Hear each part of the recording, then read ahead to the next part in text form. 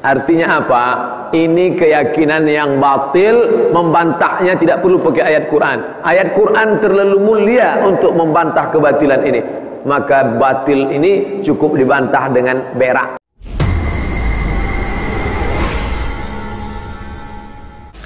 Mungkin kita percaya, mungkin sebagian orang mayoritas percaya bahwa Tuhan itu menunggal dengan diri kita.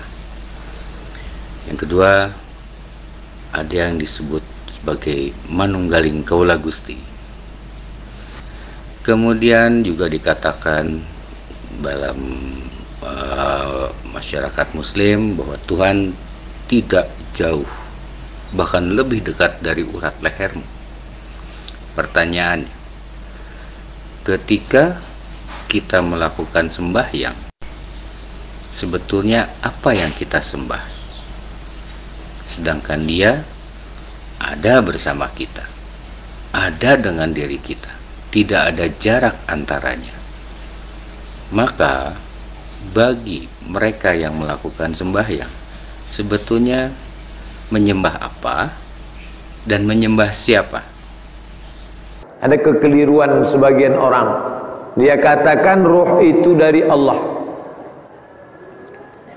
Allah tidak pernah menciptakan ruh, tapi Allah membagi ruh dari dirinya, lalu dia tiupkan ruh ke dalam jasad. Fanafakhtu fihi min ruhi, aku tiupkan ruh dari diriku. Ini akidah batil. Karena kalau ruh itu dari Allah, berarti Allah bersemayam dalam diriku. Inilah asal muasal akidah menyatu dengan Tuhan. Ada Tuhan besar namanya Brahman, ada Tuhan kecil namanya Atman. Tuhan yang besar Brahman membelah diri, memecah menjadi Atman, lalu Atman itu berada dalam raga, maka ada Tuhan dalam diriku. Maka muncullah status seseorang yang berkeyakinan ini dalam FB-nya. Tuhan tidak pernah menciptakan aku agar aku menyembah dirinya, tapi Dia memecah dirinya menjadi aku karena Dia ingin bersemayam dalam diriku. Batil, kafir. Dan itu pertanyaan mungkin sederhana pertanyaannya, tapi perlu perenungan lebih dalam. Ini bukan mau menghasut atau apa, bukan ya. Semua jika agama apapun, jika merasakan bahagia, itu sudah benar. Asal bahagia. Datang dengan kebahagiaan ke tempat peribadatan, dan kemudian ketika pulang pun merasakan lebih bahagia. Nah, kembali ke yang tadi. Jika yang Maha Kuasa, yang Maha Agung, yang Maha Belas Asih memanunggal dengan diri kita, bersama dengan kita tiada jarak dan antaranya, atau sering disebut manunggaling kaula Gusti, atau Tuhan itu jauh lebih dekat dari urat lehermu. Dia sudah ada sebelum kamu ada, dan Dia tahu sebelum kamu berpikir. Dia sudah tahu sebelum kita merasa. Lalu yang kita sembah selama ini itu mengarahnya kemana? Menuju siapa? Kepada siapa? Sedangkan Dia yang Maha Agung, yang Maha Suci, yang Maha Kuasa ada di dalam diri kita. Nah, ini untuk saudara-saudara yang rajin pergi menuju tempat peribadatan, ya mau agama apapun. Ketika bersembahyang, sebetulnya kita sedang menyembah siapa? Menyembah apa? Karena yang Maha Kuasa, yang Maha Suci itu ada di dalam diri kita, bersama kita, tidak ada jarak dan antaranya.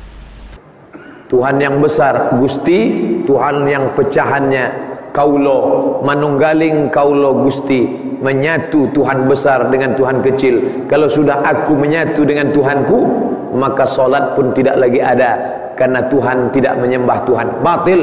Kalau ada orang berkeyakinan seperti ini, kafir. Suruh dia tobat 3 hari. Hari ini dia berkeyakinan, hari Jumat, besok dipanggil ke pengadilan. Anda masih meyakini bahwa menyatu dengan Tuhan? Ya, oke, 1 hari lagi. hari Ahad, Jumat, Sabtu, Ahad. Masih berkeyakinan tidak lepas? Ya. Masih meyakinan diri kamu Tuhan? Ya, pancung kepalanya. Tapi kalau sekarang tentu dia dibela oleh LBH, Lembaga Bantuan Hukum, atas nama apa? Human right. Bebas untuk berkreasi, bebas untuk mengaku diri Tuhan. Oleh sebab itu tidak bisa kalau tidak ada kekuasaan. Karena Ustadz berceramah, siapa yang mengaku dirinya adalah bagian Tuhan menyatu dengan Tuhan, kafir. What's next?